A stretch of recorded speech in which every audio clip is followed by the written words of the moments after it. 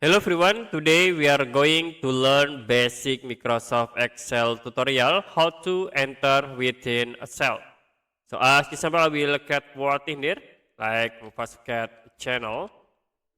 Now if you want to enter in these channels, you can press Alt, hold and then press enter button. So it will be automatically enter within a cell. Okay, you can resize here.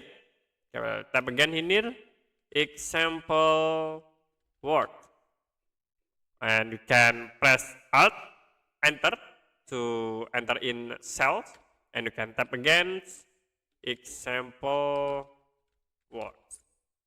Click outside to apply. You can resize for the column size.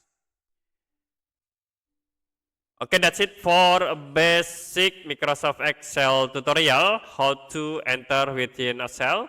If you have any question about tutorial, you can comment below this video.